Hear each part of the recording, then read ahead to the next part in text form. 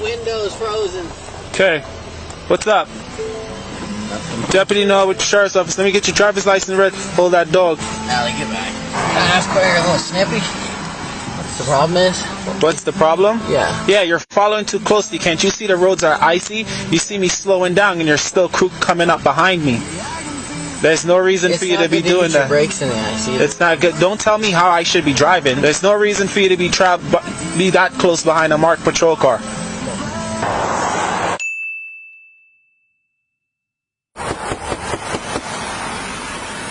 Do you need to be behind this traffic stop? Yeah, I do. Why? It's my son right there. He was following me to pull. Okay, he's on a traffic stop, though. You don't need to be behind it. Well, you gotta be mean. Oh, I'm not being mean. We just don't like when people pull in behind us. I don't like when they pull my son over. That's what we get paid to do, to pull people over. Well, you don't get paid to be a fool. You're And you don't either, okay? I don't got to put up with your bull. Okay, I asked you a simple question. You need to leave now or you're going to get charged. It's that easy. Just leave. I asked you a simple question. If you have a attitude, that's your problem, You keep okay? pounding on my door. Yeah, you saw me and you rolled your window up when I came. Hold on a second, okay? No. You rolled your window up when I walked up, okay? So I knocked on your window, okay? You are not a cop. You don't need to be behind you, okay? So you need to leave right now. I don't need to do anything. You I'm got on a 5 public seconds street. to leave, okay? There's no reason for you to be behind this traffic stop. No reason, I'm okay? on a public street. No reason, Is okay? this not a public No street? reason. And do you always stop behind cops when they pull people over? I ain't stopped right behind you. Okay, you don't need to be here. I ain't You don't stopped need right to be behind here, you, okay? sir. You need to go. No, I don't. I'm waiting on my son. He's my ride back to Wilson. Leave. Leave.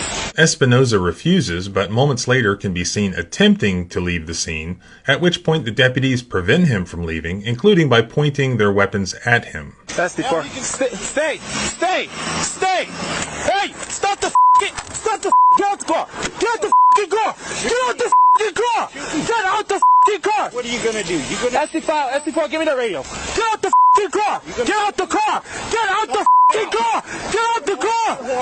Get out the car! You do what you're told, all right? You think it's okay just to roll up on traffic stop? No, and not do what you're told? Now you go to jail. Well, what do you want done with your original guy? He's gonna get a citation. He's staying there. That's my original stuff. Okay. What do you want from us? What can we do to help? We should be good. Okay. I got Med coming to check him out. Okay. All right. If you guys are good with us. All right. Yeah, if you guys are good with us. Prosecutors have now dropped all charges against the father, Mr. Espinoza. He had been charged with resisting arrest and assaulting a peace officer. Espinoza's lawsuit now alleges also that Deputy Trujillo shouldn't have even been a deputy in the first place due to his criminal history. In 1997, this deputy was charged with felony menacing with a weapon, which was pled down to misdemeanor disorderly conduct. The following year, he was convicted of misdemeanor harassment. There were also multiple restraining orders apparently filed against him, including a 2006 domestic abuse allegation, and also including a stalking and assault allegation from 2007. Trujillo was apparently forced to resign from the sheriff's office in 2009 due to a conviction that is now sealed. What was it? We don't know, because it's sealed. But then he was rehired in 2010. And then in 2018, he was promoted. And now, congratulations, he's third in command. The Los Animas County Sheriff released a statement in response to all of this saying that he has asked for help from an outside agency to review the actions of his deputies. He said that Deputy Trujillo is still on active duty. So what is the law here? Did the father have a right to wait and observe his son's traffic stop? The body cam footage indicates that the father was not just waiting and observing the stop, but he was also recording the stop. And that's the most important fact here. I'm recording. Did you find it? Recording too.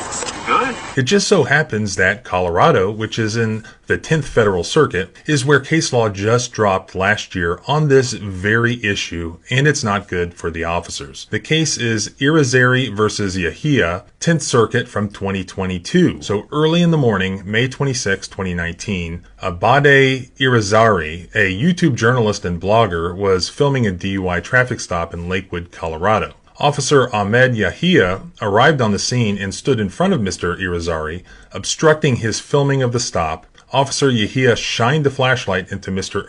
Irizarry's camera and then drove his police cruiser at the two journalists. You're not required to answer any questions or perform any tests. Turn that light the other way or stand to a different side. not going to get out of his way. You better control his attitude. You got to put a leash on your dog here, buddy.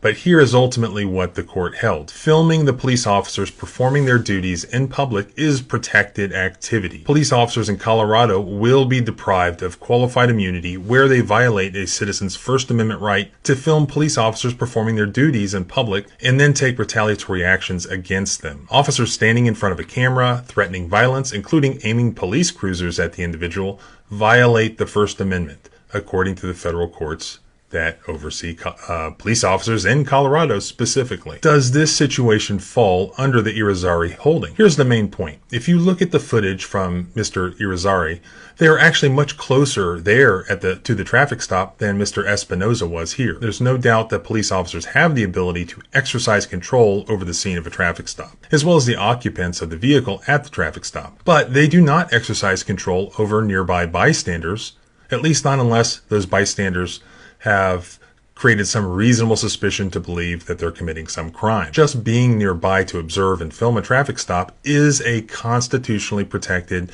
activity. So if the argument is that some Colorado state law authorizes officers to prevent this, it would have to overcome the holding from the Irizarry case. Here, Mr. Espinoza was further away from the stop than were the folks in the Irizarry case.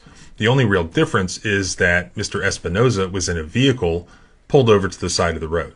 And I suppose that they could come up with some bogus traffic violation theory to detain him for being there on the side of the road in a vehicle. But aren't we allowed in pretty much every state to pull over on the side of the road if we have some need to do so? This is a very clear case of First Amendment retaliation.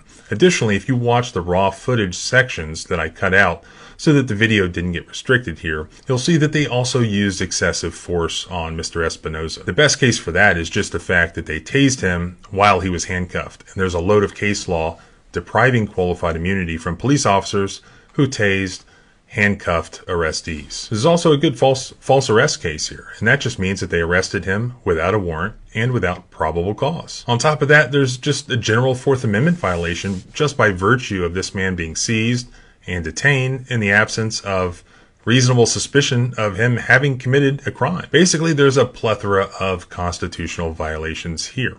Thanks for watching. Everyone should spend some time learning the basic constitutional law surrounding interactions between citizens and their government officials.